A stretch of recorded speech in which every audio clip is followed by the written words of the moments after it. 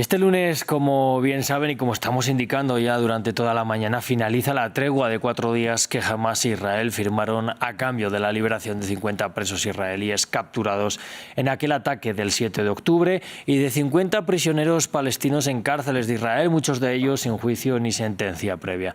Las principales agencias de la ONU aplauden que el cese de hostilidades haya permitido la entrada de numerosa ayuda humanitaria a la Franja de Gaza, pero alertan que no es suficiente. Para analizar el balance y el futuro de la tregua hablamos con Enrique Olivares. Él es magíster en Derecho Constitucional y Derechos Humanos e investigador del área de Medio Oriente de la Universidad de Buenos Aires. Le quiero dar en primer lugar la bienvenida a France 24 y preguntarle qué es lo más importante que podemos sacar de estos 4 días de tregua, qué balance se puede hacer. Buenos días, Rodrigo, a ti y a tu teleaudiencia. En principio tomamos, como todos los ciudadanos del mundo, con mucha satisfacción el acuerdo logrado. Lo habíamos mencionado en entrevistas precedentes. En este caso, en este tipo de conflictos, lo primero que va a ocurrir es una tregua humanitaria, básicamente para aliviar a la población civil que suele sufrir los embates de un conflicto, y en segundo término, con posterioridad, un cese al fuego, ¿no? Ahora, del cese al fuego dependerá ciertamente, de la decisión de los actores que participan dentro del conflicto, su permanencia o su temporalidad. Básicamente, podríamos ya advertir ciertas situaciones que nos confunden un poco sobre la necesidad de permanencia por parte de ambos movimientos, por ambas partes en conflicto, si es que hay un interés o no de prolongar la tregua. Pero ciertamente nos también evidencia que hay una actitud negociadora por parte no solo de Israel, sino de Hamás, y básicamente eso puede ser la puerta de entrada para un acuerdo mucho más grande que puede involucrar otros tipos de aspectos. Ciertamente sería muy optimista pensar que en estos momentos ya podríamos hablar de una solución política para el Estado palestino, para su constitución o su existencia, o ciertamente para el retiro de las tropas de las fuerzas de defensa de Israel del territorio gazatí, pero básicamente evidencia con claridad que hay una actitud, una posición de negociación, pero también un desgaste en todos los sentidos, ¿no? No solamente recordemos que una guerra es cuantiosa en daños, sino también en costos económicos.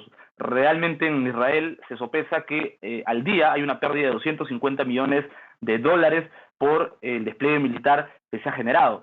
Y eso pues ciertamente merma la economía en un estado que está a punto de ingresar a la recesión. Entonces es un aspecto importante porque también está la opinión de la sociedad civil, de la opinión pública, que pueden mover de cierta manera los hilos de la política exterior de un estado. Y en el lado de Hamás se evidencia también un desgaste en todo el sentido, ¿no? Hay seguramente objetivos políticos cumplidos como nuevamente la apreciación o sobre la puesta sobre la alfombra de la cuestión palestina, pero también evidencia ciertamente un desgaste pues militar. Hamás no tiene las fuerzas que podría tener un ejército regular, y lo estamos evidenciando, ¿no? Un movimiento regular como Hamás se vale de actos terroristas, de manera que si es que Israel sigue avanzando, en algún momento Hamás podría pues incluso poner en tela de juicio su propia existencia, ¿no? Como un grupo político, lo cual pues no sería importante para ellos de mediar en algún momento una solución política que no los vincule o no los plasme a ellos como parte de esa solución integrada. Claro, pues además estábamos viendo que ayer el propio Benjamin Netanyahu dijo que esta guerra no va a acabar hasta que acabe con Hamás.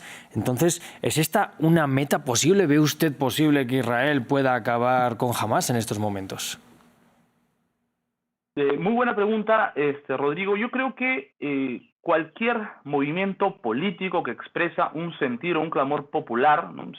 Se ha formado básicamente como un radicalismo de una situación, de un status quo permanente de ocupación, que es lo que ocurre básicamente en todo el territorio palestino, que comprende Gaza, Jerusalén Oriental y también Cisjordania. Es muy complicado, ¿no? De hecho, ya lo hemos visto con los talibanes, por ejemplo, en Afganistán, que si bien implicó un advenimiento del ejército estadounidense dentro de Afganistán, también significó que los principales líderes de los talibanes, sobre todo, puedan pues migrar y tener protección del Estado catarí, básicamente en Doha, ¿no? Entonces esto también implicó que a lo largo de los años, mientras evidenciaba el fracaso de un autogobierno en el marco de la reconstrucción de Estado, la construcción de Estado, de estas políticas de state building liberales, pues fracasó. Ciertamente los líderes talibanes que estaban asentados en Doha pudieron tener la oportunidad de negociar un retiro estadounidense de Afganistán en el año 2020. Entonces, eso garantizó y evidenció la supervivencia de un movimiento, por más radical que sea, expresa de cierta forma, un pensamiento colectivo de una gran parte del país. Y básicamente con Hamás, si es que, digamos, nos ponemos finos con el análisis político, vamos a encontrar que va a ser muy difícil desaparecer ciertamente ese sentir que en algún momento podría expresarse de una u otra forma radical. No solamente estamos contando con la presencia de Hamás como el único, digamos, agrupación política radical que tiene un brazo armado y que lucha sobre el terreno, sino también pues está la Yihad Islámica, entre otras fuerzas que en algunos casos pues tienen sitio dentro de Gaza, o en otros casos se van formando en Cisjordania, y en otros casos pues tienen presencia en el exilio. Además, no hay que descontar que existen varios líderes de Hamás pues, que se encuentran en países como Turquía, Qatar, de manera que Claro. la presión también que ejercen estos países o estas potencias diplomáticas va a ser importante de cualquier manera para garantizar la supervivencia o no de Hamás a lo largo del tiempo. Claro, pues precisamente sobre esa presión yo quería preguntarle, porque estamos viendo además que el costo humano en vidas está siendo altísimo. Vamos ya por más de 14.000.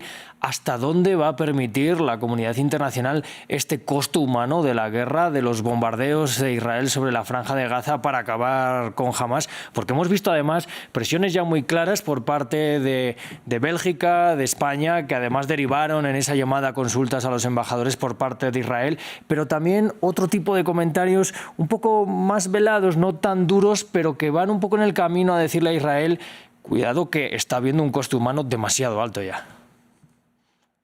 Sí, en efecto, creo que los países primero que alzaron la voz con mayor determinación, ciertamente en la parte retórica, porque sobre el terreno pues las cosas pueden variar, no estar vinculadas directamente con lo que uno expresa en discursos, pero básicamente países como Turquía, ¿no? De un lado, Irán, seguramente con quienes han coordinado, han tenido cierta sintonía sobre la cuestión palestina en la defensa de Hamás, y del otro lado un poco más escépticos de la situación, pero sí, digamos, en favor de la causa palestina, no de la causa de Hamás propiamente, países como Arabia Saudita, Emiratos Árabes Unidos o el propio Qatar, ¿no? Entonces, claro, hay posiciones en Medio Oriente, ciertamente creo que hay dos tendencias marcadas, hay países con un tono un poco más altisonante, que son Turquía e Irán, y del otro lado países pues que si bien han logrado ciertas cosas como la normalización de relaciones con Israel y un poco de pacificación en el vecindario, pues son países, sobre todo los países árabes, quienes pues han expresado también su sentir. Y del otro lado tenemos también la preocupación sobre todo y de forma relevante de la situación humanitaria de los países occidentales. Estamos hablando de no solamente en el seno de Naciones Unidas, que ha expresado Antonio Guterres con claridad, básicamente y de forma alarmada, la situación catastrófica de índole humanitaria, pero también vemos que hay países como, mucho más promotores como España, Bélgica y de hecho incluso hasta Egipto, ¿no? del Fatah al-Sisi, paradójicamente, que tiene ciertamente una importancia, cobra Gaza para él, básicamente Egipto fue en algún momento una potencia ocupante dentro de Gaza y además es el país limítrofe con los gazatíes, entonces cualquier cuestión de seguridad ahí puede ser importante. Entonces estos países han mostrado mayor preocupación no solamente para atender el desastre humanitario, sino también para una solución política viable a lo largo del tiempo. Claro, pues le quería dar las gracias por haber estado con nosotros esta mañana. Enrique Olivares, ha sido un placer poder hablar con usted. No, muchas gracias a ti, Rodrigo, y a la teleaudiencia de France 24.